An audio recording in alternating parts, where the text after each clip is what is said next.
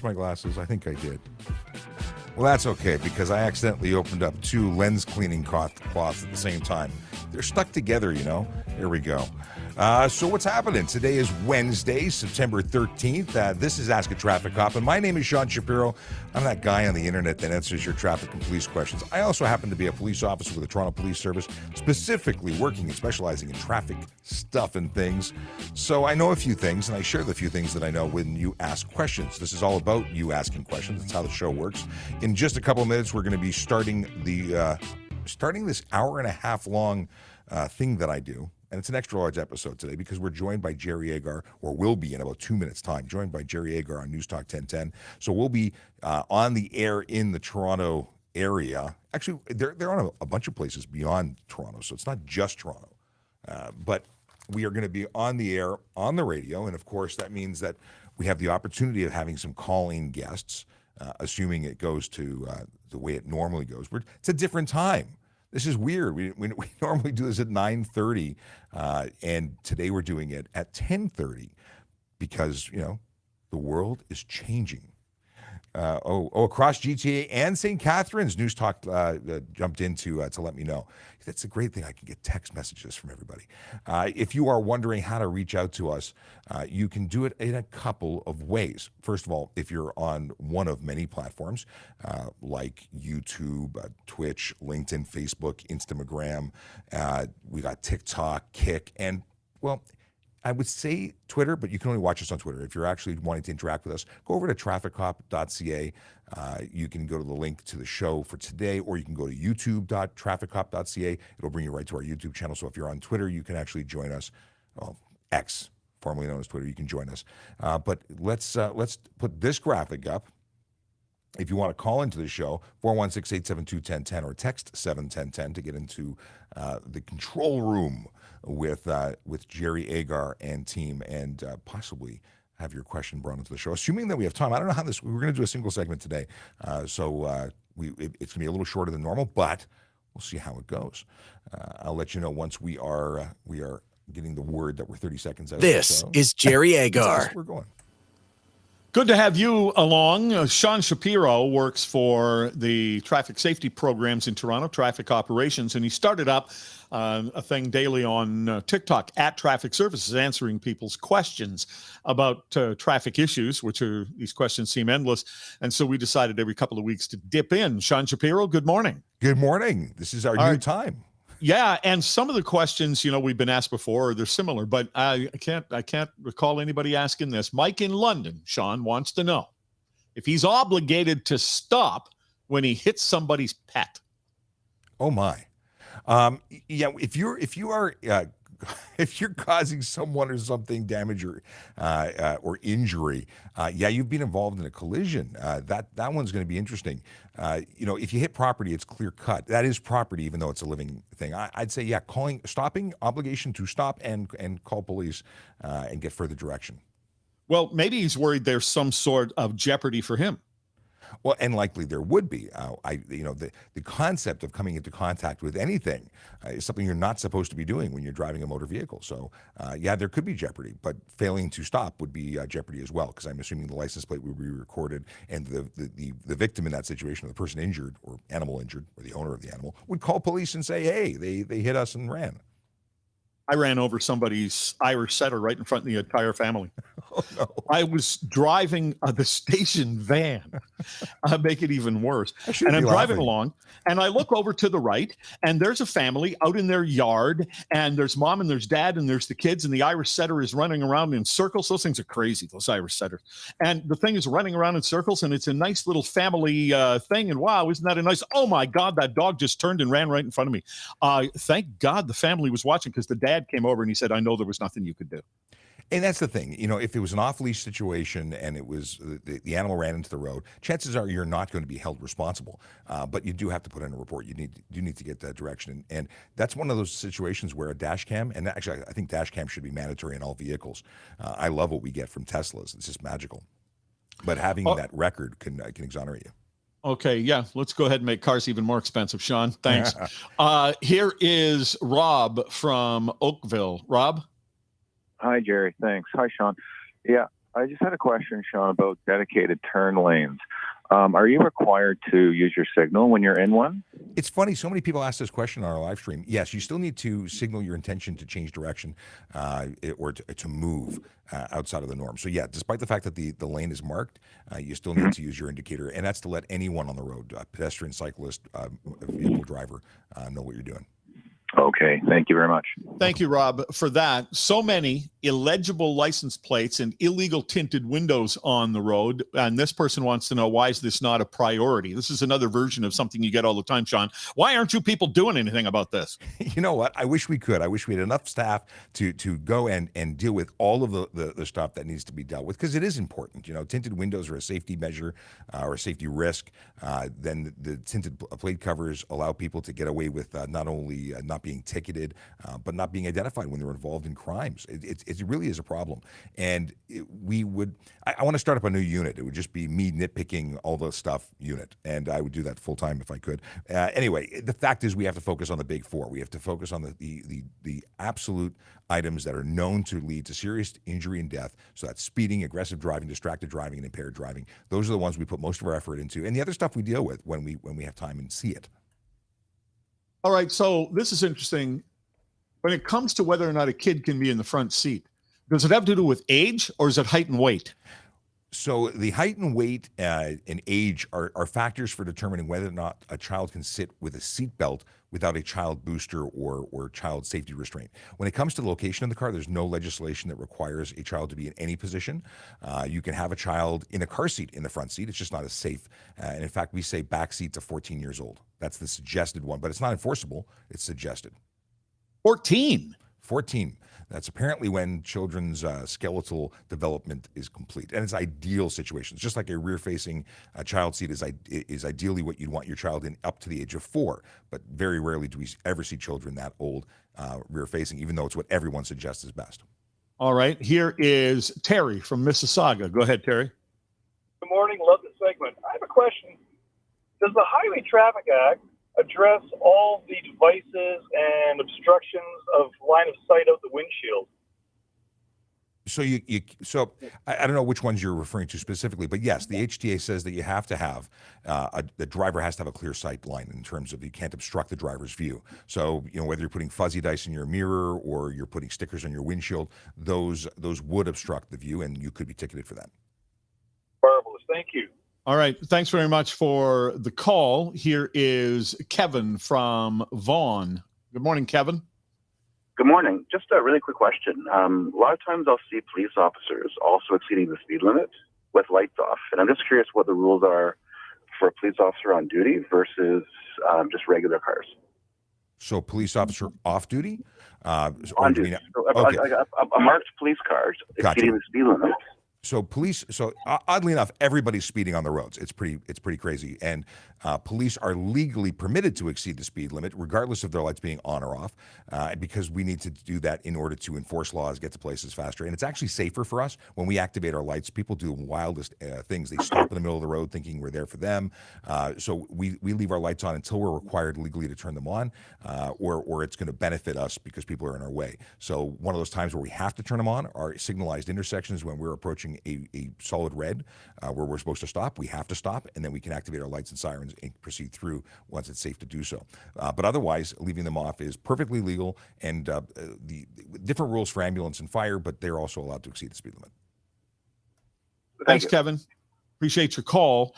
I'm assuming you're saying because the officer has been called to some kind of situation, they can't just drive around above the speed limit because they feel like it. Well, it's not because we have to go tinkle. It's because we've got to do enforcement activities. If I'm going to pass moving, like everyone's speeding, so we've got to go at the speed that everyone else is doing to check to see if they're on their phones, to deal with them in a speeding capacity, like we're going to measure their speed, pace them, whatnot. Maybe we're looking to go through traffic to see what the person in front of the next person is doing. So we can always exceed the speed limit. We've got to justify what we're doing and articulate it, but it doesn't have to be related to a specific call. It could be for enforcement activities. Text question: what are the laws regarding having extensions on mirrors when you're towing a camping trailer? We are allowed to have them. In fact, some motor vehicles, some big trucks, I say big truck, F-150 style, F-250, have mirrors that extend electrically and then retract when you don't need them. So they do serve a purpose. So you can see the back of the train, essentially, your towed vehicle. All right. Now, here's a person who says, I'm Mark from London and I'm a new driver. I want to know if I can change lanes in the middle of an intersection. It's not advisable, but it's not against the law. So, everyone in an intersection, you picture that as the stage. Everyone's got a role to play, and we expect the people to do what we expect them to do. And when we deviate from that, bad things can happen. So it's a high-risk maneuver that could result in a collision, but it's not specifically illegal. However, you might be responsible for what happens next. So the smart thing to do is get through the intersection, then change lanes. Exactly. But if there was a reason that you had to divert, you could do it. Now, this is pretty interesting. Somebody just wrote in from St. Catharines. My son just told me last night he hit another car, but he didn't stay at the scene. So what should he do now? At this point, they failed to remain at a collision, and they're responsible and could be charged for doing that. The best thing to do, and the advice I'd give you, is contact police and say that you were in a minor collision and you didn't stop, but you want to make sure that you do the right thing now. And you might find yourself charged, or they might find themselves charged with failing to remain. But it's better that you turn yourself in at that point and contact police than we find you later. Okay, you're probably in less trouble if you call them before they figure out who you are. Precisely. Of course, we don't know what the extent of damage here was either. And that's the thing. And does that make a difference, or is it just failing to remain? At the end of the day, if there's major, injuries or someone has died as a result of it, obviously that's upping the ante. But at the end of the day, it's a fail to remain unless bad things happened. All right, Sean Shapiro, I call him the TikTok traffic cop because you're on TikTok on a regular basis. In fact, we're done here for this morning, you and I. However, you're continuing for a while on TikTok this morning? I'm going to stay live right until noon. If people want to find us, you can get us on all sorts of platforms, not just TikTok, and you can get us by going to trafficcop.ca. Trafficcop.ca. Sean Shapiro, always great. Thank you very much. Pleasure. Take care and see you soon. Yep, coming up, brace yourself for surging heating bills on the iHeartRadio. And it felt like a speed round. Normally we get to chill out a little bit, but that was we were moving and grooving right there. If you want to replay this event, we will. Well, it's always available. You can get us on YouTube.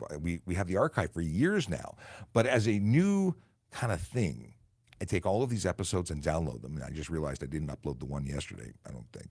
In any case, we download the episodes and we upload them on Spotify, Apple Podcast. Well, it's a stream.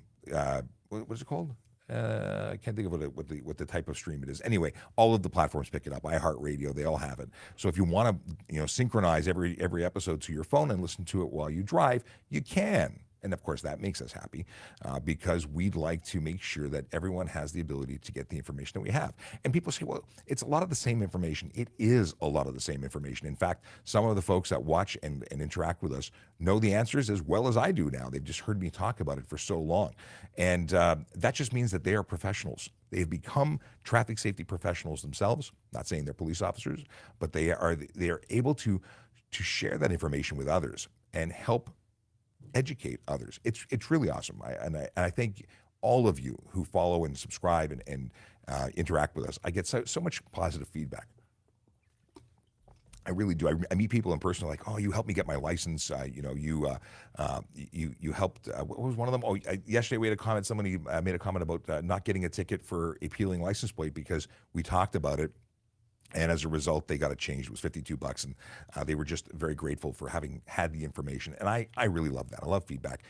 Certainly not required feedback, but I like it.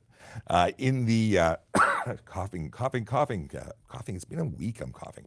Anyway, my wife is helping out. She is the moderator. You may see M Shap on TikTok and Leo Wife on YouTube. And if she's posting things, oh no, she won't be posting things like that. She's moderator on Restream. So if that's who's helping in the behind the scenes. It's a family business here. This whole police thing. We have the benefit because JD's on vacation and my wife has offered to help while he's away. Akela Jaconis has a greetings and salutations message. Awesome, thank you. Akela is one of our regular participants. It's not just a show. You're not just watching. You're participating when you actually ask questions and engage. So, good morning to you, sir. Also, happy belated birthday. And what do we have here? I'm going to flag a bunch of messages because a whole bunch came in, but I will also take this opportunity to chat about Vision Zero Enforcement Team. They are a group of officers that are dedicated to changing driver behavior one ticket at a time. They do an amazing job at it, and they're focused on what I was telling Jerry Agar about: speeding, aggressive driving, distracted driving, and impaired driving. Now, that's not to say they won't deal with other types of charges. It merely means that they will focus their efforts there. They're looking for these things. Now, if they find other things, I'm sure they're going to talk to you about them too. Tinted windows, absolutely. License plate frames and covers, absolutely. Now, it's the 13th of September, and they are spending time in 11 Division and 55 Division. Those are neighborhoods like the Junction, Weston, High Park, Ronson's Vales, the Beaches, Riverdale, Danforth, East York. They're neighborhoods where real people live, work, and play and deserve to be safe. And if you lived in or do live in one of those places, I'm sure you feel good about the fact that we're out there trying to make your community safer. Now, they go to different places every day, and if you want to know where they are before you leave your home, why would you want to know? Well, you can do that by going to our traffic services, Twitter and Instagram and Facebook. Those are 3 places we post the locations of. And for the people who say, well, you're just telling people where to behave and not get into trouble. And yes and no. I don't think that people who are trying to break the law or go out with the goal of breaking the law pay attention to our content. But we're actually communicating so that the people who live there know that we're there for them, because it's for them. Apparently, I need more water than I thought. Stephen Bell was only here for 30 minutes, which means there's 11 minutes left. So, Stephen Bell, good morning to you. Big Jeff Fresh says good morning. Zombie is simply sending emojis this morning. My wife says good morning, moderator message. And Tim Shallow says good morning, Sean. Good morning, Tim. We have a question from TikTok. And that question is a high-flow catalytic converter legal in Ontario? And the answer is it depends if the high-flow catalytic converter of your choosing meets or exceeds the requirements of the province. So I couldn't tell you, but if you are buying one that is street legal then and meets the requirements, then it would be, and if it's not, then it isn't. Generally speaking, a high-flow is an option if you want more flow with your cat. I'm not a mechanic. But those who are in the know have counseled me and said that they are a good option. Certainly more or a better option than having no cats, which would be absolutely illegal. Yeah.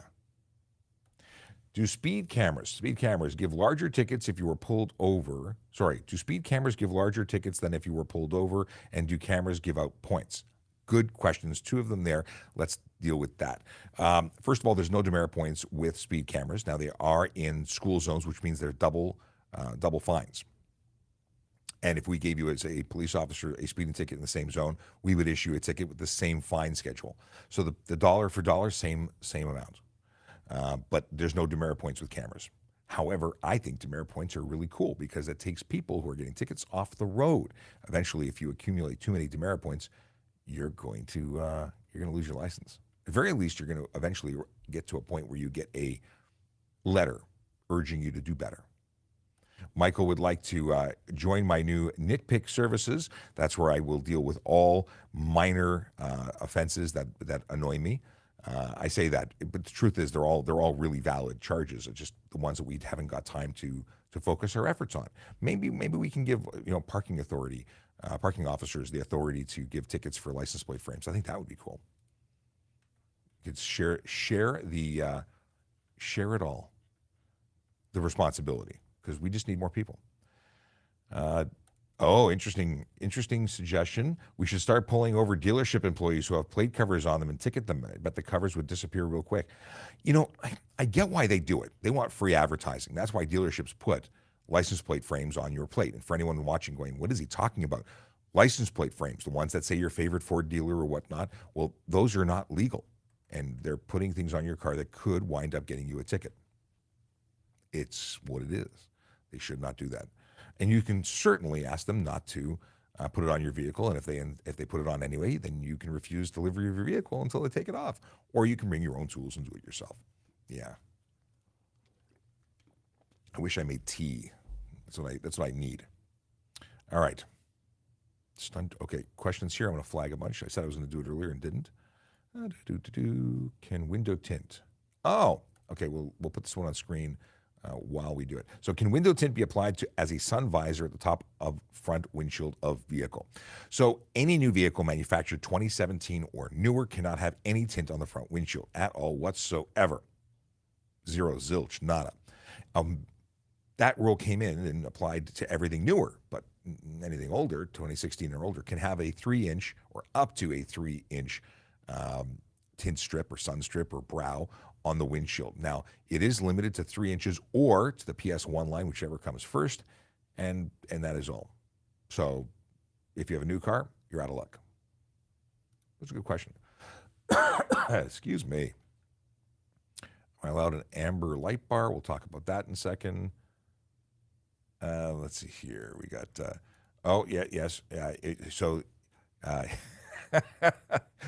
so Akela's birthday, and he doesn't mind us talking about it. Okay. What is this? Are racetracks considered parks? We'll talk about that in a second. Okay. Can cops get into trouble doing stuff and things? All right. Can you get a ticket for sending a text message at a red light? These are good questions. Scott wants to know about flashing high beams to warn people. I'm just letting you know what I'm reading as I'm reading it so we can go through. Do I need insurance on my parents' car? Could you run a red if an emergency vehicle was behind you? I'm planting the seeds here. All right. Oh, Jeff has questions. We'll address Jeff's question in a second. Rock and roll. Okay, going to go through here. All right, I think we're up to date. So let me switch the page and let's start with Hockey Dad. Apparently, these are going to go in the order that I flagged them. Have the stunt driving roadside seizure laws been challenged in court yet? Guilty until proven innocent. Do you mean have they been contested in what form? It's an administrative policy. It's not about being proven in court. The consequences in court are separate. This is yeah. So you're asking if it's lawful for police to impound your vehicle and suspend your license as an administrative suspension. I'm not aware of anything to the contrary. I'm not aware of anything changing. I'm not aware of anything before the courts that is challenging it. The biggest problem and the reason the government brought these administrative suspensions higher recently, 2 years ago now, September 12th, 2021, I think is when they made it a 14-day impound instead of what used to be a 7-day impound. Any case, they did that because people were messing around in court. They were basically playing games in court and avoiding consequences. So because so many of these trials get put off into the future or dealt down to lower offenses, they brought in the administrative penalties. So yeah, I wish I had more information for you. I don't. Can regional police initiate traffic stops on the 401? Yes, we can. We're police officers. We're police officers in the province of Ontario, and we're enforcing Ontario law. We can stop you. The law says you have to stop for police. Doesn't say police from a particular service in a particular location. If we are way outside of our jurisdiction, we might call a local police service to lay the charges, but we can still stop you. So good question. Why are you guys banning modified cars? We're not. There's no ban on modified cars. There are charges to be laid when modified cars are modified illegally. And there's a big difference. So we're not against modified cars. We like cars. We like modified cars. But they have to be done so legally and safely in adherence with the Ontario laws.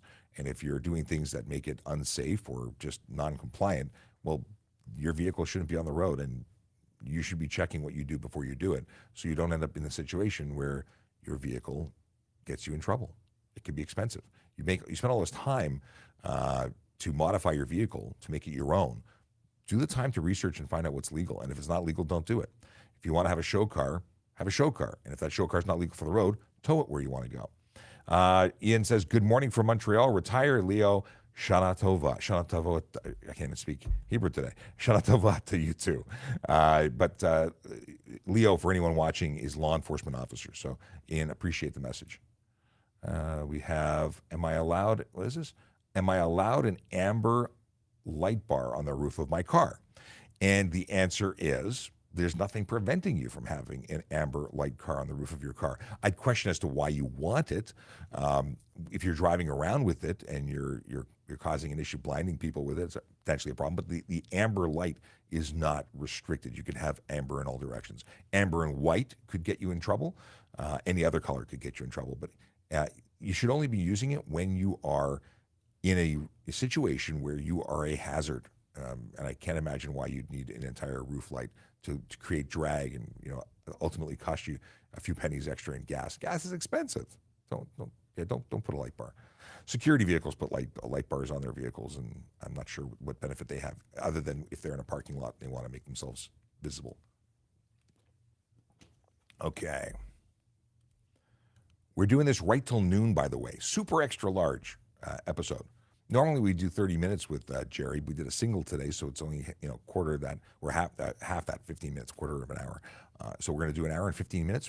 Do we do that all the time? Kind of, sort of. Anyway, my name is Sean Shapiro. I'm a police officer with the Toronto Police Service, and I talk about traffic safety, traffic law, and police stuff all the time. If you've got questions, we generally have answers. I say we because shortly I expect to have that chair beside me occupied by one sergeant, the good sergeant. Well, yeah, I make fun of him by calling. Anyway, we make fun of each other is what the truth is.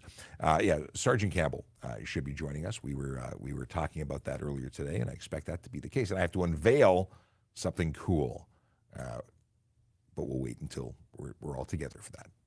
All right. Aren't racetracks considered parks in regards to the new change in traffic laws coming? So parks, okay. I think what you're referencing is an old video that was republished because the laws that came into effect in 2021 are still the laws, and it's good information, so we shared it again. It's specifically dealing with stunt driving. So racetracks are not parks. Racetracks are racetracks, and they're exempt from the stunt driving law. Obviously, you're allowed to go fast and speed excessively on a racetrack. There are safety guidelines that you have to conform to there too, because nowhere is just do what you want. Even racetracks have rules. In terms of events that are permitted, you get a permit. It's permitted. Not permitted by the landowner. Like, it's not my mom said I can do donuts in the driveway. That's not a permitted event. I don't know. Maybe there's a better way of saying that. At the end of the day, stunt driving is illegal everywhere except where it's specifically allowed according to law. And racetracks are a location where it's allowed. They're exempt. Anything licensed indie events, like there's a whole list of exemptions, but your private property isn't one of them. And that's ultimately why this all came into play.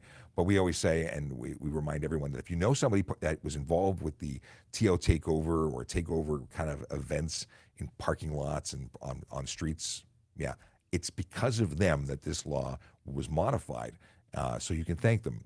Their stupidity created the new law. That's usually how laws work. Like if there's a rule about anything, it's probably because somebody did something dumb. Yeah. There probably wasn't a big deal about being 5 minutes late until somebody was 5 minutes late repeatedly and every day and took advantage of it. And then your boss said, now if you're 5 minutes late, there's consequences. I mean, there should be consequences. Everyone should show up on time. Hey, we're talking about people doing dumb things that create rules and laws. Sergeant Campbell is entering the room. It's a dramatic pause.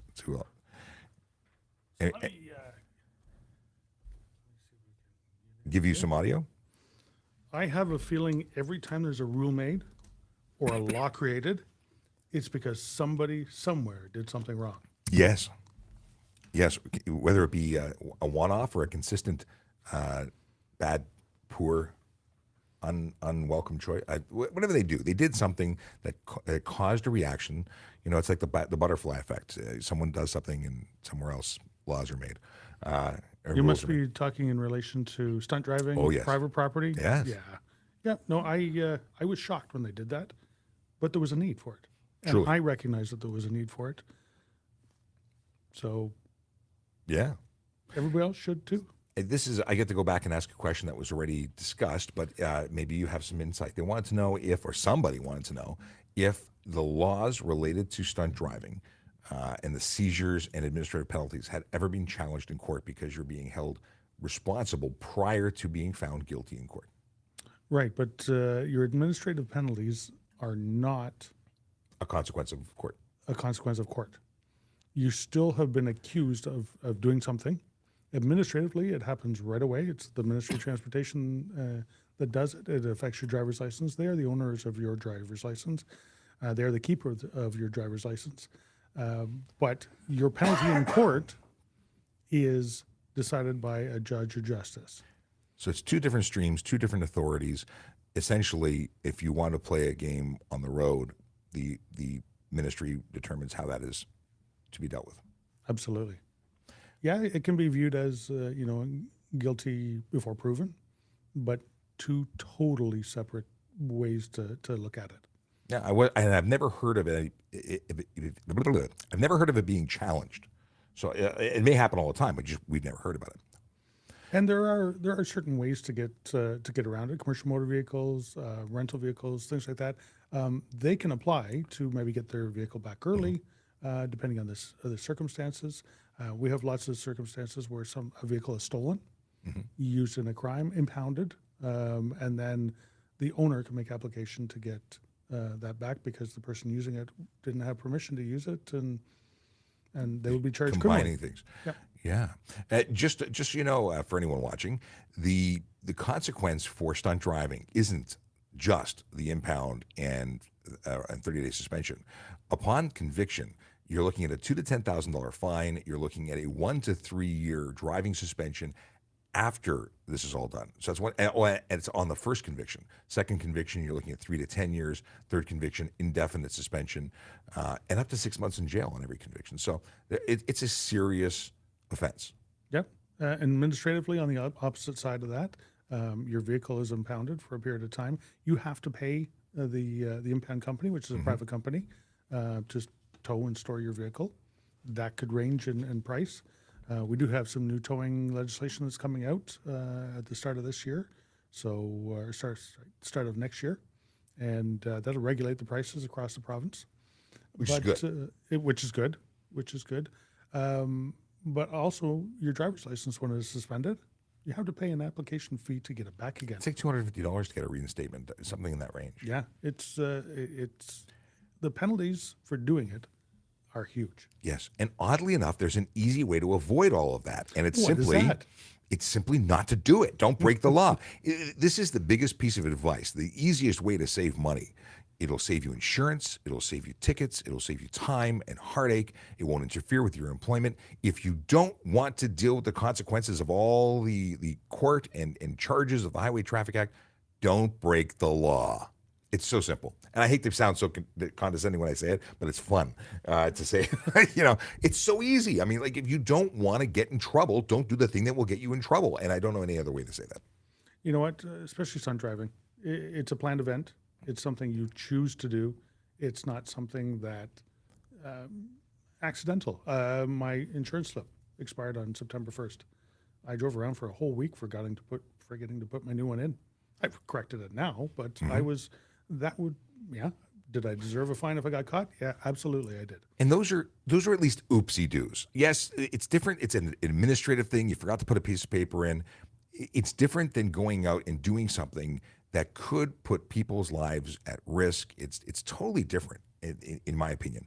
And if I pulled someone over and they had an issue with an insurance card and I believe that they had insurance, would I give them a warning? I could. I might. Depends on the situation. I'm not giving someone a warning for stunt driving.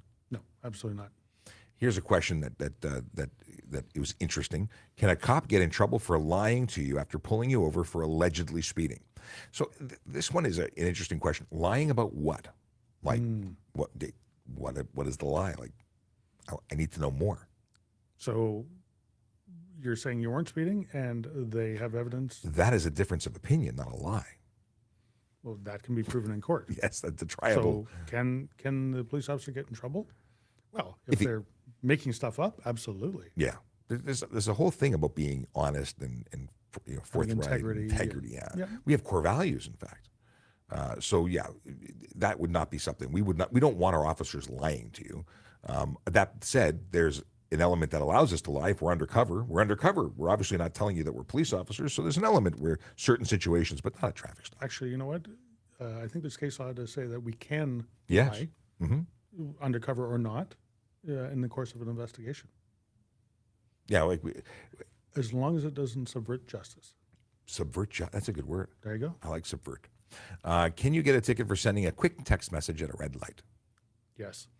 Yes. Absolutely. That is being. That's a good ticket, too. It is $615, three demerit points, and a 3-day suspension on conviction, and that is absolutely illegal. You are driving a car even at a red light. You're responsible for being aware of what's going on around you, paying attention. You know, when the dump truck's losing control and speeding towards you. I've seen movies. You know, it happens in Final Destination kind of stuff. You need to be paying attention, and you're not if you're texting at a red light.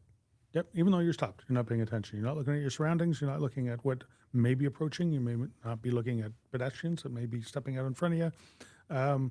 You can park the car. Legally park the car. Put it in park. Can't just hammer on the brake and text and then take off again. So legally parked, which means a legal parking spot where you could legally leave the car and not get a ticket, makes it a legal spot. Right. It can't be parked in lane 1 of Yonge Street at Shepherd. Right. Yeah, it's not the gear selector that makes it a park. Good morning. Is it illegal to flash high beams to warn other drivers of a radar trap? Yes. You're improperly using your headlights. First of all, the high beams, yes. And what are you doing it for? To prevent police. Well, so what is it? We're going to fall under. Would it be an obstruction of justice? No. Obstruct police? No. But would it make it more dangerous for you? Well, so the deal is, I would probably go by way of the high beam. Yep, I would too. Because, we're trying to catch people from speeding. To protect you. To protect everybody. And what you do when you high beam someone to say, hey, slow down for police, is they go, thank you. They slow down, they pass police, they speed up again. And if they kill someone the next block, in a roundabout way, it was your fault. You could have prevented it because we would have stopped that person, charged them, possibly taking their license. Maybe they were impaired. Like, there's a lot of things that go into speeding. And not every speeder is impaired. That's not what I'm saying. But there could be more going on. I've caught a lot of people who forgot to turn their headlights on. It turned out they were drunk. Yep, absolutely. So let us do what we need to do to make the roads safe. And if they're speeding, that's on them. They're big people. They got their license, hopefully, and they're responsible for what they do. And we need to catch them and we need to take them off the road because that's the goal. And if we keep getting away with it, the next person that could be hurt could be someone that you care about. Well said. Thank you. I've been working on that one. Let's see here. We already covered that one. That's the one we just had. Do I need insurance on my parents' car to drive it sometimes, maybe 1 to 2 times a week? So I'm assuming your parents have insurance on their motor vehicle. And if you are a licensed driver, you are licensed to drive any insured vehicle unless there's a condition on the insurance company. Well, actually, legally, you're insured. Oh, that's for you. I have to say no. Decline. If that, my phone rings on the computer too. It's really annoying. So if the insurance company doesn't have an issue with you driving it, meaning that you're not someone that is prohibited by their insurance policy, it doesn't make it illegal, but they wouldn't cover you in the event of a collision. Right. You'd have to be named as an occasional driver on the vehicle because you live in the same household. Assuming you live in the same household. Assuming. If you don't live in the same household, you might be actually okay to borrow it now and again. But insurance companies are kind of funny. They want to assess risk based on the way the vehicle is being used on a regular basis. So truly occasional, what they mean by occasional driver is on a regular, reoccurring basis. If it's a one-off, you're borrowing somebody's car, you're not an occasional driver. You're borrowing it once. I would check with the insurance company. It would be a really bad way to find out that you were not covered. Yes. The day after a collision. But in terms of legal, you are legally permitted if the insurance is on the vehicle and you are a licensed driver. Legally, we as the police pulling you over, you don't get a ticket from us. If you're involved in a collision and it turns out that you're not eligible for coverage, well, the liability side of it will still be covered because it would, but the comprehensive, replacing that vehicle, they could deny the claim. So I want to give you all the information. It's not that you'd be breaking the law, you'd be breaking a contract with the vehicle owner and or the insured party and the insurance company, and that's a third-party private situation. I'm hopefully made it so complicated The answer you may not have wanted, but you got. Okay. Could you run a red light if there was an emergency vehicle behind you? That's a tough one. It because is. you know what you're trying to do, and you're trying to be helpful, but you're putting other people at risk. And you're not legally protected. Exactly. If a police officer, the only time you can go through a red signal is if a police officer is in the intersection directing you. That's it. Or making a right on the red. yes, after stopping and ensuring it's safe to do so. Right. Or making a left on a red at an It's one intersection way. that is one way to one way. Yes. And there's no sign prohibiting it. There's so many. What I love about traffic law is that there's so many of them. It just keeps me busy. There's a lot of ifs and maybes, but generally speaking, we should not be putting you in that position. We should not be behind you with our lights and sirens on because it begs you to do things you shouldn't do. Right. We do this a lot. We practice this a lot. We drive an awful lot. We will try and pick the lane of least resistance and go into the oncoming lanes if we have the option to do that, if it's not a divided highway. So there's a lot of times I've been lights and sirens and I've just come to a stop and turned off the siren, turned off the lights, waited until the light went green, and then took off again and kept going. Safest that way. It's seconds. Sometimes seconds count. Sometimes they really do. It all depends on the type of call we're going to.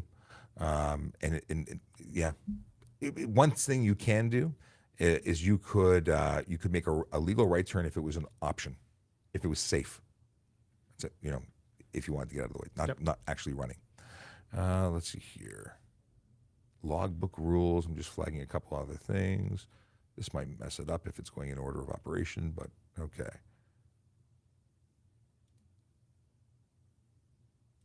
Flagging. Okay, wait, where are we? Scroll back all the way. Holy smokes, a whole bunch of stuff come in.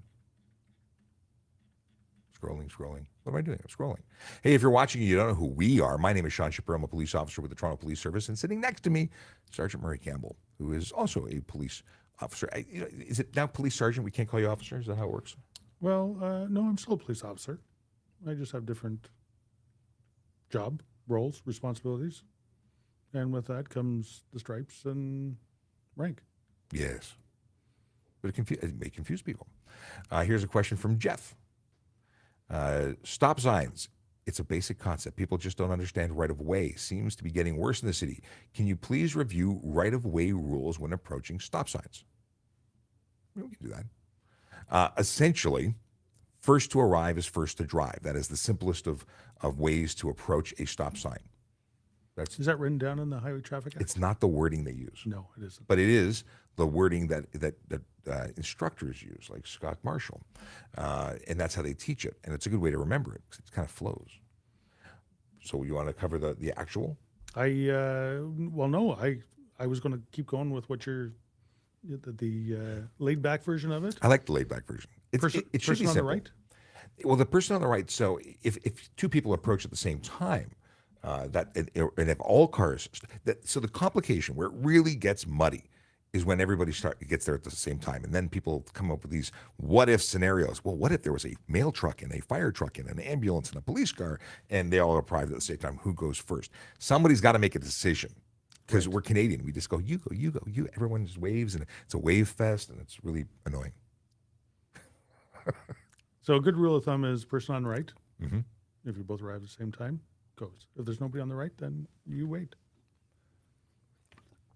And if nobody goes, somebody's got to go. It's a Canadian standoff. I like that. At the end of the day, I've done this where we wait and we've gone through the long stares into one another's eyes, and then we decide the other person's going to go, and then we both move up an inch, and then we both stop, and someone's got to go. Otherwise, it could last forever. Could you imagine 3 weeks later, we're still sitting here? You go. Was this rock and roll moves around the seat, looks around, cool things like that? Oh, okay. We're talking about I want to develop a new special squad that just goes and gives people tickets for license plates, tinted windows, loud music, all the stuff that the bees that can't spend their time focusing on. I want to create a new group that just goes out and gets all the stuff that needs to be dealt with that we haven't been dealing with. The stuff that annoys me. Hockey Dad. What is this? I'm interested to know if you've watched these 2 videos and what your thoughts are. So I don't know which 2 videos you're referring to. I mean, that might be later on down. I'll have a look.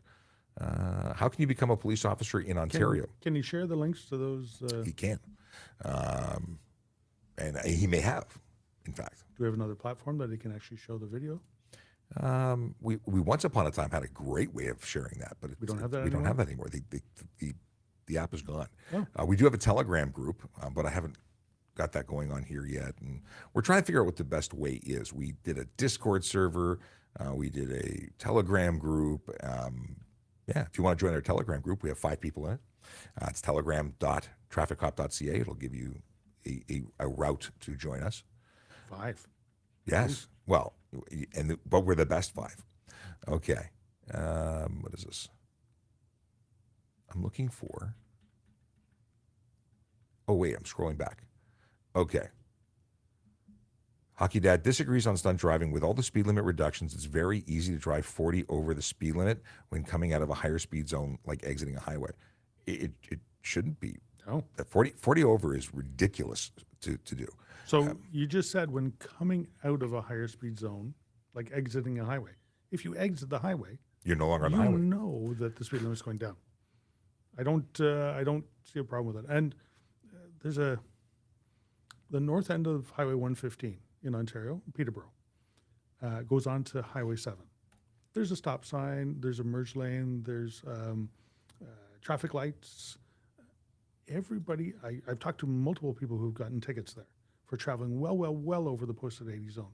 And they said, well, we just came off the 115 and yeah, the highway looked the same. It's still 4 lanes. But no, there's a difference. You actually had to come to a stop. You knew you were exiting the highway.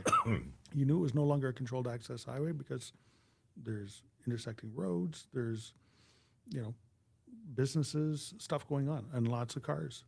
So There should be no shock. I don't see the connection. No, but I get it, because if you look at it, so Hockey Dad says, why does Ontario have some of the lowest speed limits in North America? They used to be higher in the 70s before the oil crisis. And they're now lowering them again in many places because we have determined that going slower is safer. And that's not something that's that new. Vision Zero, of which we subscribe to as a concept, suggests that slower gives you more reaction time. It's like buying time, because when you go faster, you have less reaction time, which means you are contributing not only to higher chances of collision, but other bad stuff like more serious collision injuries and damage when collisions occur. There's a ton of research that shows that faster is not better. And people always go and say, well, what about the Autobahn? And apparently they have lower collision and injury rates, except for when they actually have, like, their collisions are so monumental when they occur. And it's important to note that the Autobahn is largely very heavily enforced. Like 80 to 130 kilometers an hour is the range for most populated areas. And they use photo radar and extreme ticketing from police officers on motorcycle and car. And they do that because not only rules about speed, they have rules about, like, moving over after you're not actively passing. They have rules about everything, and they enforce them. So people don't usually do the wrong thing. In Germany, however, they have a stretch which is truly unlimited speed. I watched a video a couple days ago of a Tesla, a plaid Tesla, doing like 320 kilometers an hour, and the guy was just he was, I think he was giggling. He was so impressed with the takeoff. And listen, I'm not saying going fast is wrong where it's legal, but that's an unpopulated area of the anyway. There's a lot that goes into it. Additionally to that, because if we circle right back to what the question was, they have actually raised the speed limits In certain areas. on certain areas, and those areas are done after, numerous studies are done to see the risk involved and the past history of collisions in that area. So if it's safe to do so, the Ontario government is actually speeding it up. 110. Woohoo.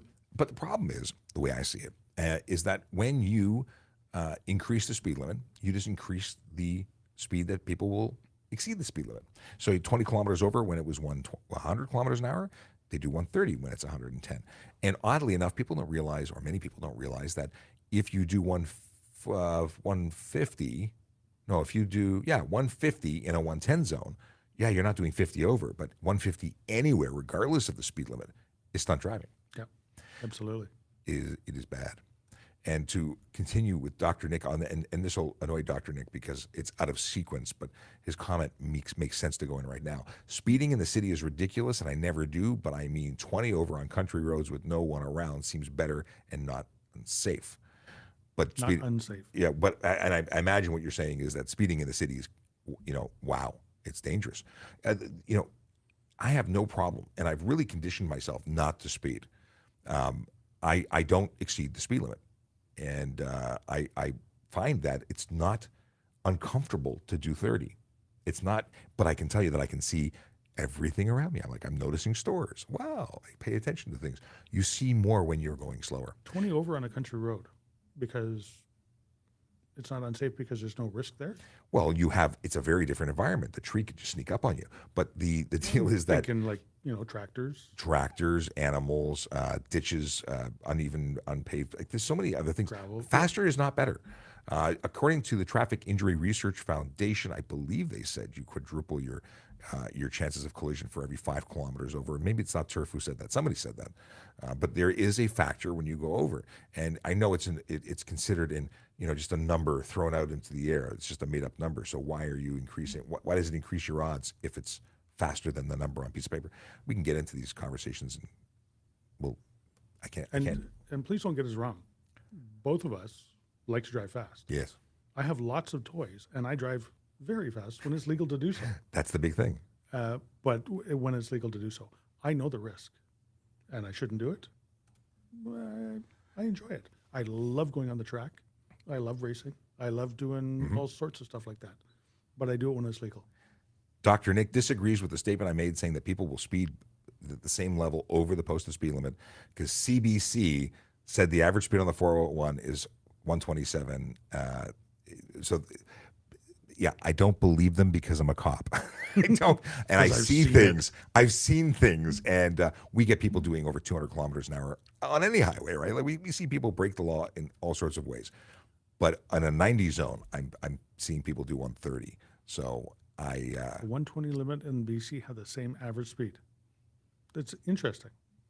Did that take into consideration the roadway?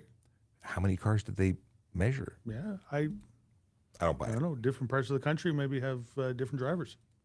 It could be. We have been told by many people who on social media. I say told. They didn't tell me. They posted videos. They post comments. It's interesting to see. But apparently, we have the worst drivers in Canada. That's what they say. I, unfortunately, would agree. It is bad. People from other provinces come here and complain, like in comments in the videos that we post. More often than not, are what's wrong with Toronto? Why is it like this? And I couldn't tell you. And Dr. Nick, Akela Draconis was talking about hitting a moose or a deer. Yeah. What do we have here? Okay, we've gone way. It got really busy, and then things got out of control. So let's see here. We talked. Rein it back in again, Sean. Yeah. The question was, how do you become a police officer in Ontario? It's a great segue into discussing how to become a police officer right here in Toronto, which the basic concepts are the same. So here's the deal. I got to press this button now. So it used to be automagical. Now it's not.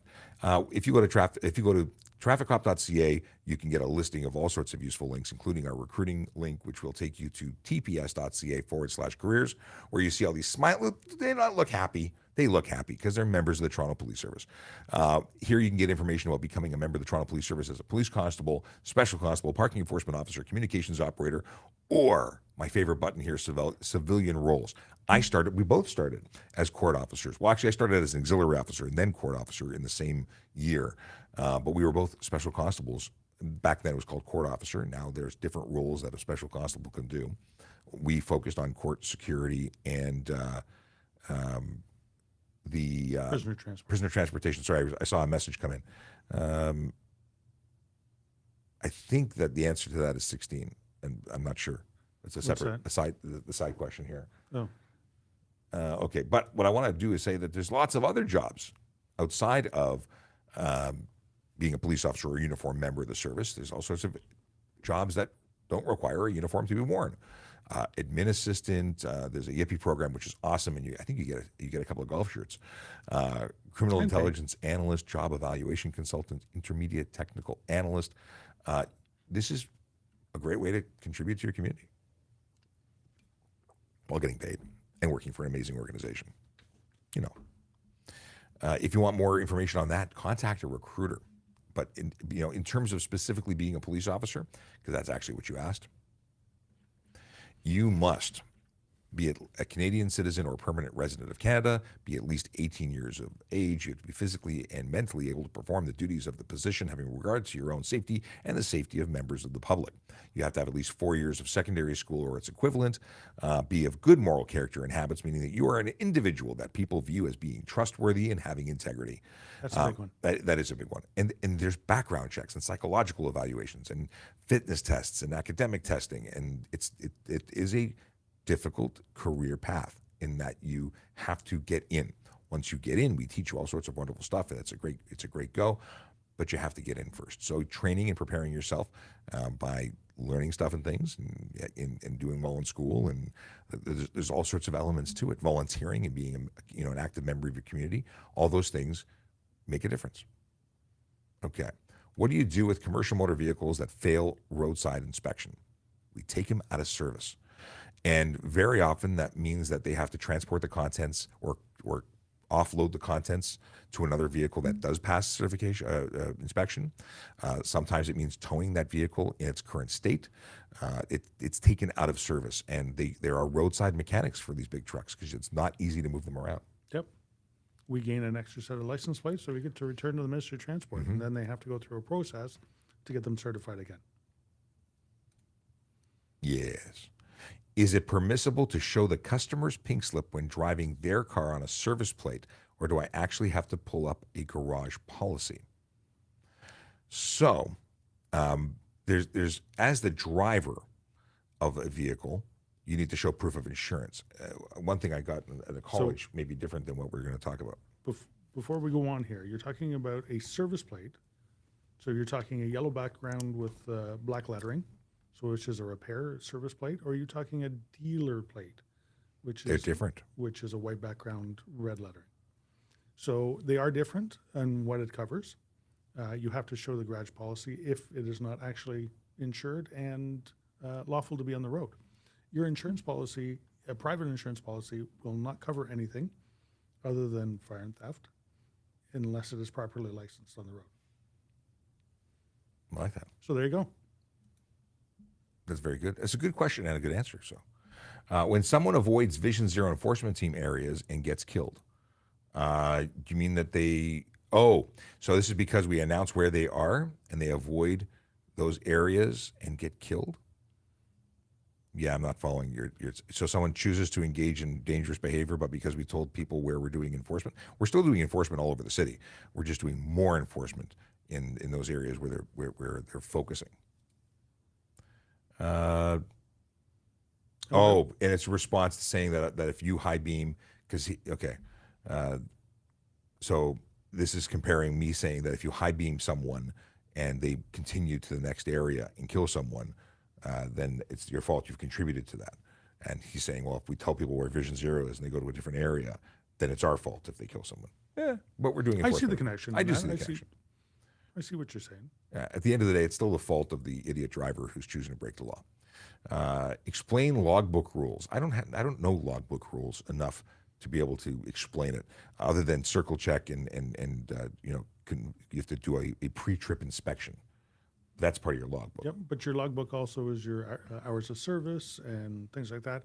I don't know enough about it. I've never been a commercial motor vehicle type officer, but we have them working here all the time, and we have the Ministry of Transportation as a resource that we use roadside should we need it.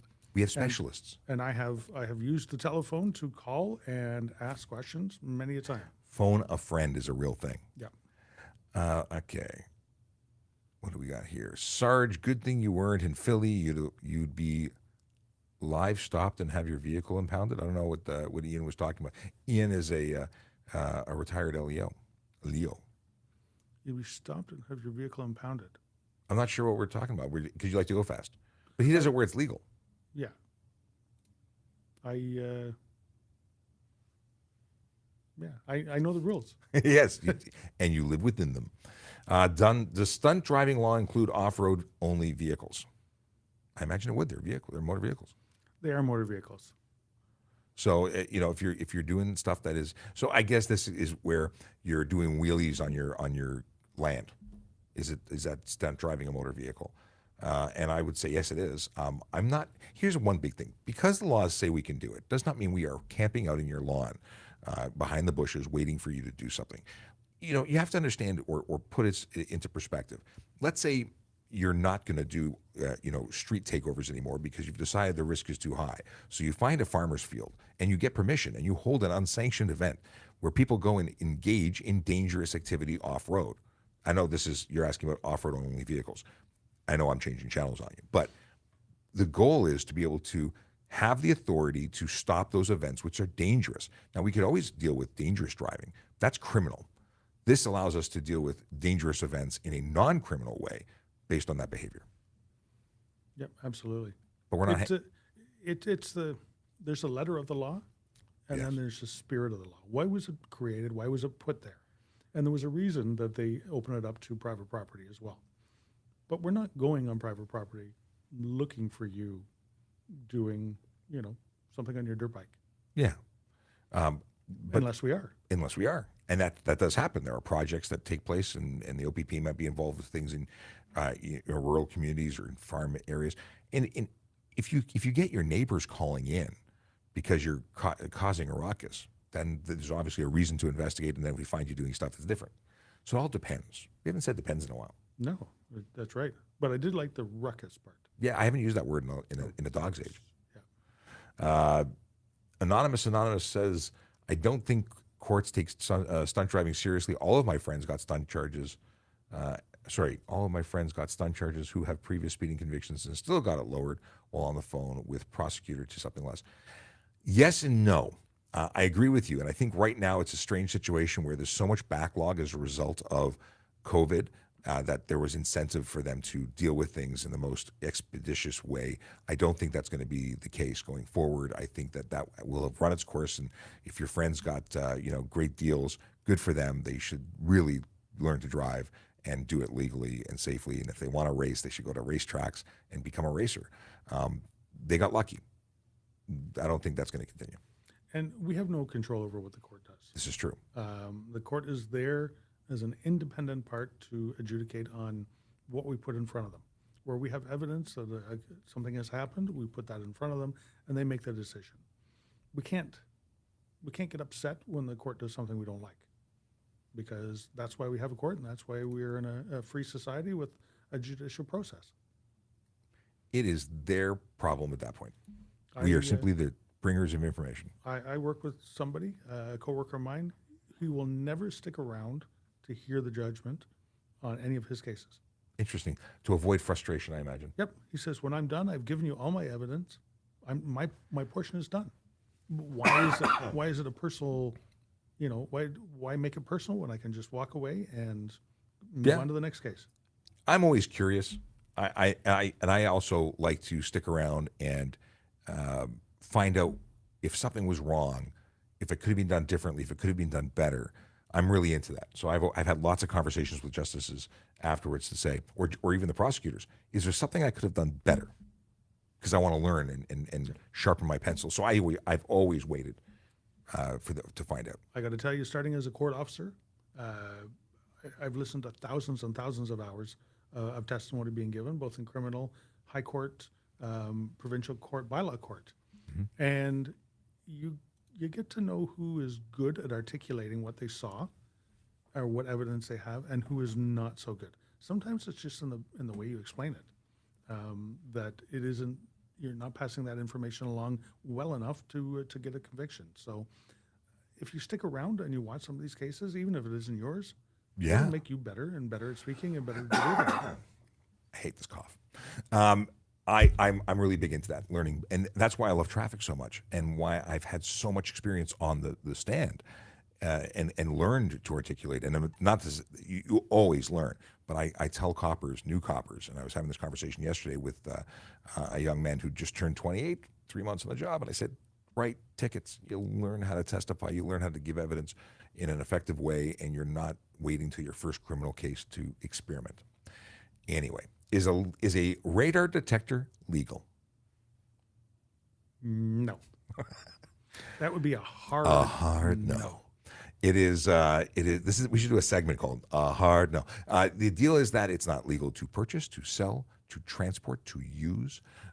There is nothing legal about them. In fact, we have a manufacturing facility. I think Bell manufactures them in Ontario, and they have a special exemption. They can only transport them when they're brand new in manufacturer packaging in a vehicle with a consignee on way to the consignee. So shipping, they can be shipped outside of the province. That's it. So, and there's quite a lot of powers that we have with regards to radar detectors. If we suspect that there's a radar detector in your car, either permanently mounted or a portable one, we can search your car and everybody in your car. And we can take apart your car. And no, we don't have to put it back together either. yeah. So just think about that. If you got a nice car and you don't want some cop tearing it apart. I don't know. I think the tool I would use would be a rusty screwdriver from my toolkit. Nobody wants that. And finally, when you bring the rusty screwdriver out and say, "I'm going to go find it," they say, "Here you go, officer," because they don't want you to touch their car. Yeah. Laser jammers, laser or radar detectors, doesn't matter. Anything that interferes with the police's ability to measure speed and enforce speed-related laws, all of them count as illegal. $170, $180? It's one of the two, 170 or 180 and 3 demerit points. I think it's 170 and 3. Kind of acts the same way as somebody flashing the high beams. Slows people down for a limited period of time. I don't know why they're legal anywhere. In provinces like Alberta, Alberta allows them, and I think it's asinine. I said that. I doubled down on that. I think it's wrong. They shouldn't be there because somebody somewhere is getting away with creating bad habits, driving fast, and they're going to hurt somebody. Okay. Here's a question that I don't have a good answer for, and it's based on interpretation of the law. Can you pull a bike trailer with a kid in it on an electric bike? Now, the rules on e-bikes say that you cannot ride on one if you're not 16. It's a minimum age. If you're being trailered by one, are you riding on it? If you're the passenger, 2 up on it? Could you put a kid carrier on it? I would argue it doesn't have to be the person operating it. It could be a passenger that has to be 16 too. I'm unclear. I have not had an absolute, I haven't had a discussion with the prosecutors on it. Is there not a rule too that there can only be the operator only on an e-bike? As long as it was designed for more than one person. You're allowed to have more than one person? That's my understanding. It's only illegal if you have 2 people on one designed for a one person. Ah, That's my understanding, and I stand to be corrected.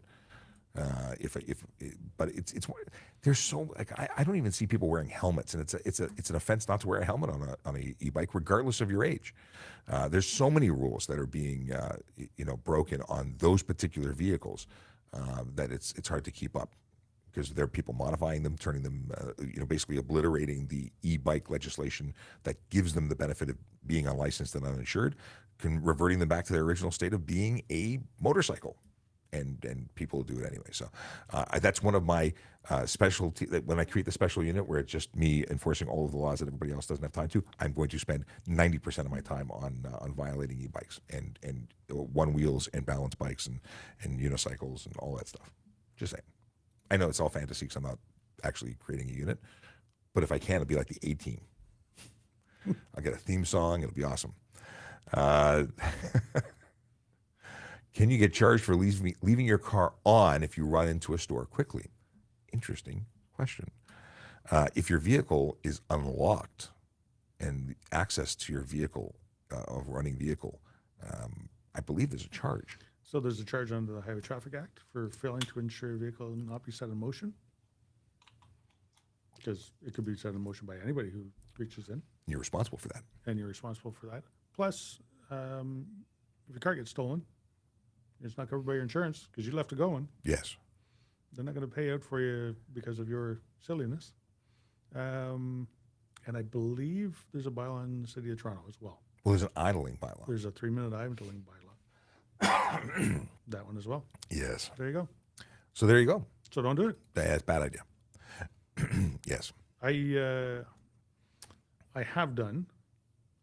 Got in and out of my vehicle, turned it off, locked the doors, remotely started it to keep it warming up or cooling down, whatever the case might be. It's not able to be set in motion, and it doesn't idle for more than 3 minutes. So. Technically, starting the engine uses an exorbitant amount of gas, from what I understand. So you're wasting gas like that, but it does make it warmer. Just saying. Can I? Not. No, No. not enough. You know Wear what? and tear. You know what? In the olden days, carbureted vehicles, yes. They Okay. would use an awful lot more gas. But You're more mechanically inclined. that was back in the olden days. I'm old. Can I get a ticket when crossed white line on yellow but stopped for red light? What? I crossed white line on yellow. Oh, Yes. yes. So yes, if you cross the white line on a yellow, you can get a ticket. So you can get a And you can ticket for stop in the middle of the intersection. You can get a ticket. a second ticket. Yeah. So a yellow light means stop unless it's unsafe to do so. If it's just at the end and it turned red, means it was a stale yellow. You really weren't paying attention. So you are totally in a situation where you were eligible for that ticket. Not only that, when you stop in the wrong place, there is a ticket as well. There's a minimum amount of time that an amber light can stay lit for, and then in Ontario we actually have a period of time where there's a 4-way all around red to stop collisions from occurring. People jumping the green light, stuff like that. So absolutely, yellow is a stop. If you're in there with the red, then you run the risk of a collision. Yeah. You've really pushed it to the limits. Yeah. Yellow. So many people think that yellow means go faster. Yeah. It is not the case. Is it lawful for speed traps going down a hill? Lawful? Yes. You're responsible for your speed, regardless if it's uphill, downhill, rolling sideways. And you're responsible for the speed in which you are traveling at speed. Doesn't matter where it is. Exactly. Why is lane filtering illegal on a motorcycle at a red light to a safe position? Yes, that's what they want to know. Why is lane filtering on a motorcycle at a red light to a safe position illegal? Lane filtering doesn't actually qualify as a thing. It's not a thing. It's driving. There's no law specifically against it, but it is something that's considered careless or dangerous or stunt. Now, mostly that we're referring to lane splitting. If you were to push between two cars and just move up so that you're not the last vehicle in line, I personally have no issue with that. Personally, is it lawful? Depends. I think that the average person, now if you're doing it to cross past all stopped vehicles that are 100 cars, stopped for a red light, I'm exaggerating, to get to the front, and then you take off and you do the same thing, are you doing something that is safe, legal, and nice to your neighbor? I don't think that's safe and legal. If you're just trying to get ahead of the car so you're not the end, so if someone loses control is too busy on their phone texting when they're not supposed to, and you don't want to be the motorcycle that meets their bumper, I get that. And that's reasonable, and I think you can articulate that to an officer. So there's no law in Ontario specifically that stops it. There's also no law that allows it either. Yes. But it does fit into a whole bunch of other laws that you could be charged for doing it. Precisely. Yes. And I was disappointed that it didn't apply to some other vehicles on the road. But anyway, like passing on the right. A lot of people that is absolutely illegal. Like people who ride down the shoulder. Not always. There's an exemption for passing on right. But not when you're on the DDP and you're driving for 3 kilometers on the right on the shoulder. No. Driving off roadway. Right. So those are Do you know what the exemption is? when we're talking about for a vehicle that's waiting to turn left at an intersection. Yes. Come to a complete stop, signal its intention to make a left turn, and you have to travel. You pass it on the right-hand side On a paved. on a paved portion of the roadway. It cannot be a gravel shoulder. Yes. Yeah, I knew that. I knew that. I met an OPP officer many years Who ago. did not know that? Who did not know that. Oh. And we had a conversation. Then we looked up in the Highway Traffic Act, and then he smiled at me and waved and said, "Have a good day." I love those interactions. I stop at an accident scene. First one, can I just do whatever I can and leave the scene for my work? If you have stopped at a collision scene and there's injuries and first aid that's going on and you just leave at that point, that's no good. But it depends on once you get involved. I think there's not, whether it's legal or not. I believe there's an obligation to stay there and be involved. You're not a witness to the collision, so you're not obligated to leave your name to the police officer. Are you obligated to render assistance?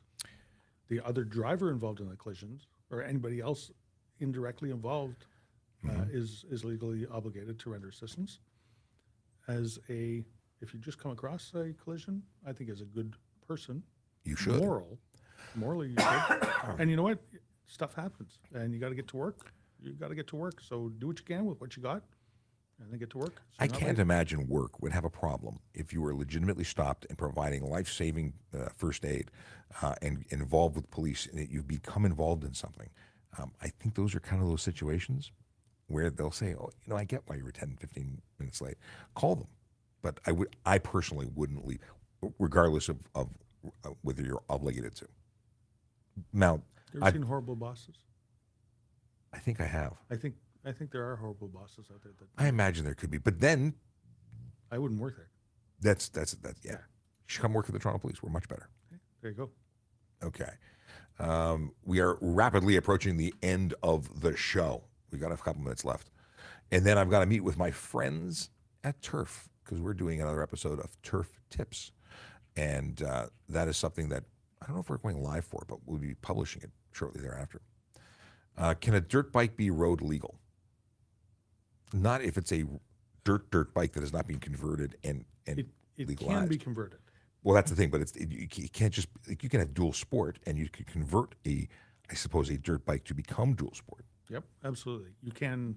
A dirt bike as they're manufactured, if it's a true dirt bike, absolutely not. Not allowed to travel anywhere on the roads in Ontario. Where an ATV has certain conditions and it sometimes can travel on the road. A dirt bike, not so much.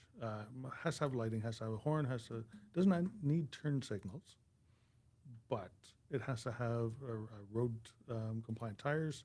There's a bunch of things that it has to satisfy. It can be done though. So it just depends on money. And you know what? It's almost cheaper just to buy one that is already road legal. The true dirt bikes are designed to do things that the dual sport really aren't. Like if you look at the dual sport, they don't have the same travel for their suspension. I think they're a lot more reserved. They also come with speedometer, light, signals, horn, things that wouldn't be on a true dirt bike.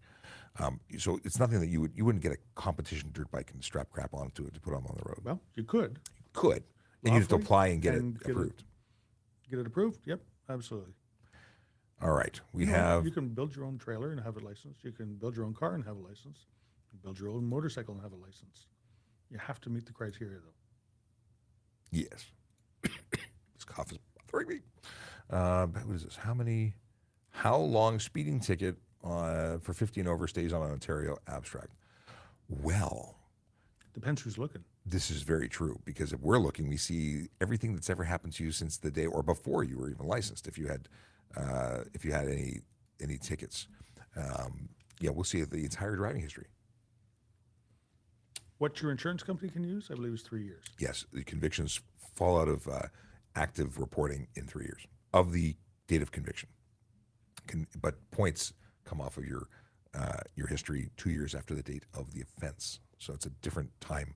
Yep, points and convictions are totally separate things. Yes.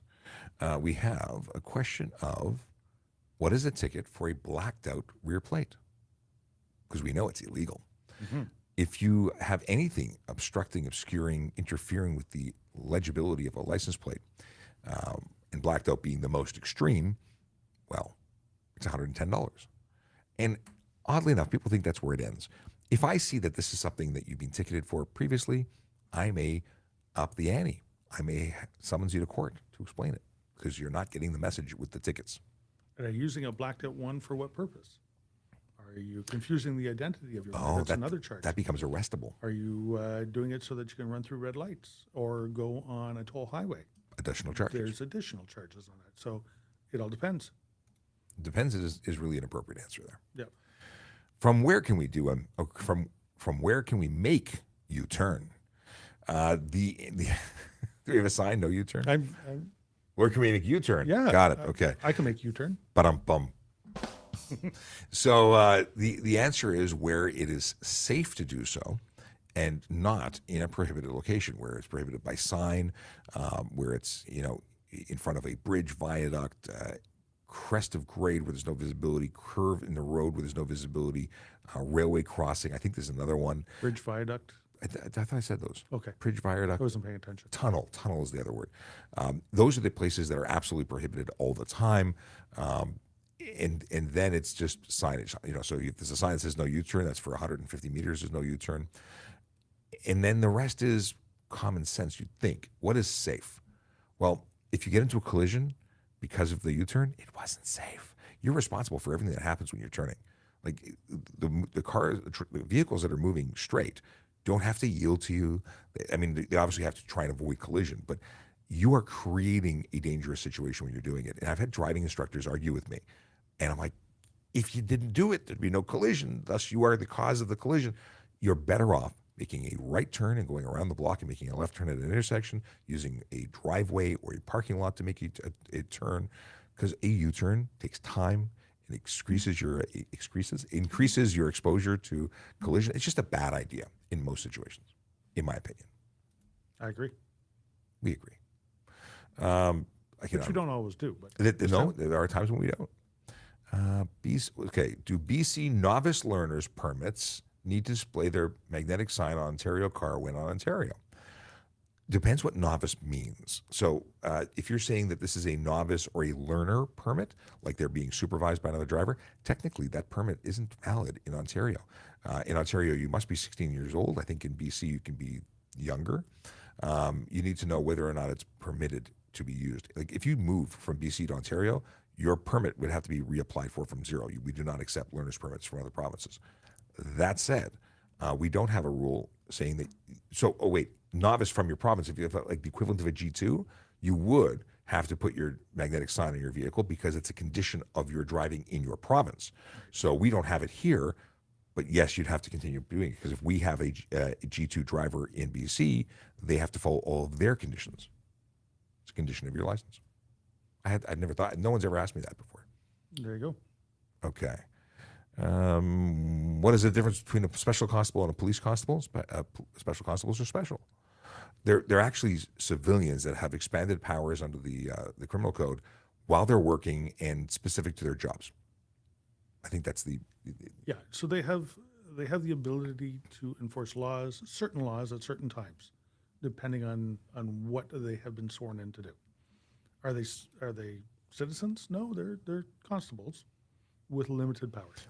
Sorry, and what I was really getting at is when they are off duty, they are no longer with those powers. Right.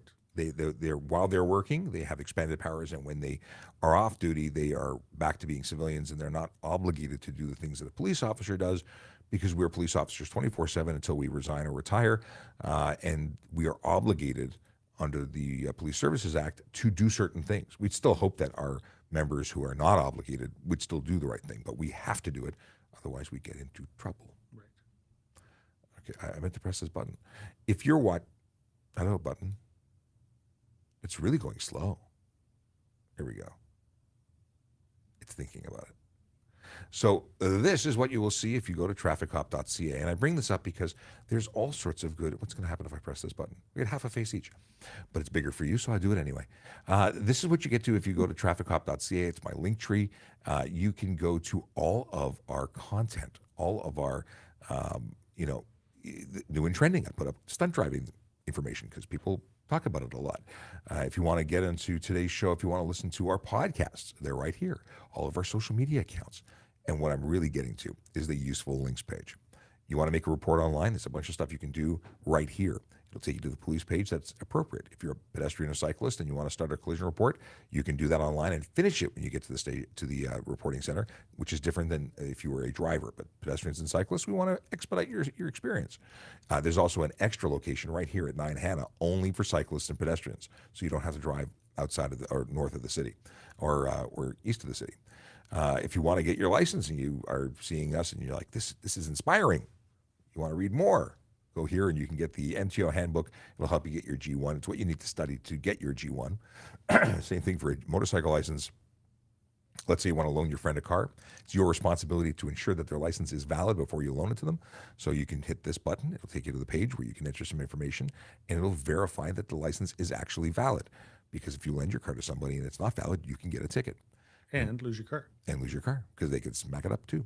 Well, no, you lose your car because they're driving suspended? Or Oh, yes, in some situations and it you would. have no way of getting your car back. I was thinking more or less. Like if the driver's license is suspended Mm-hmm. or restricted in any way because of a court order, and you lend your car out to somebody, you have the obligation to check. And if you don't check, and they get caught, you lose your car. He's bad. Demerit points explained here, renewing your license plate. I'm reading all of these. You can read them yourself. But there's lots of great information here. And you have access to it by just going to trafficcop.ca. And that is all I have to say about that. I got a question for you. What do you have to say? What time is your appointment? In 2 minutes. So we have to go. Yep. But before we do, and I apologize, there's some questions that will not be answered today, but we'll be back tomorrow at 10 a.m. to do it all again. I found a dad joke generator. Oh. And I'm going to put it on screen for everybody.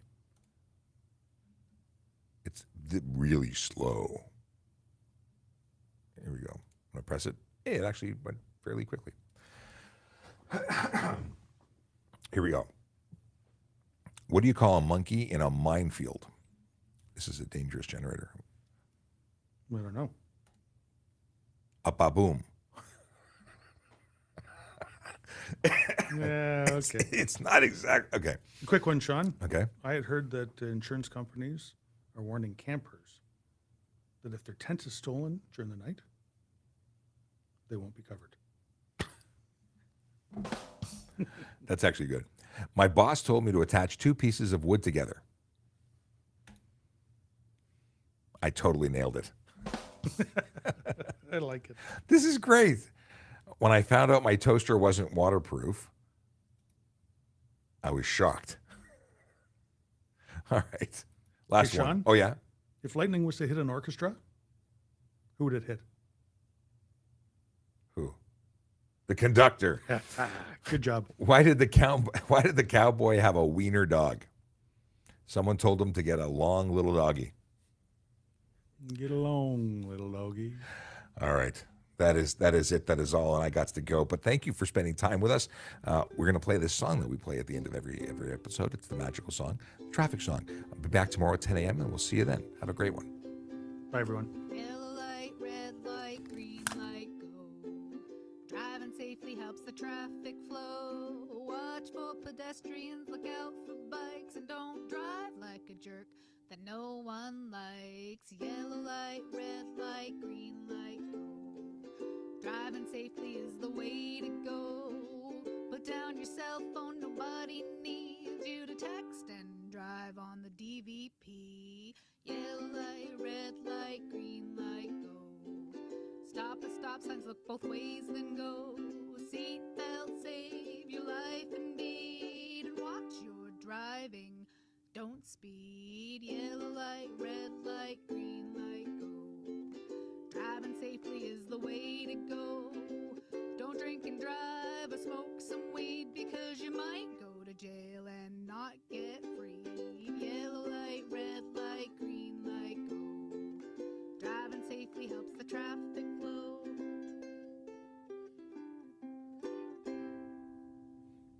Have a wonderful day, everybody. We'll see you tomorrow at 10. Drive safe, drive sober, don't speed, park legally, and all that jazz.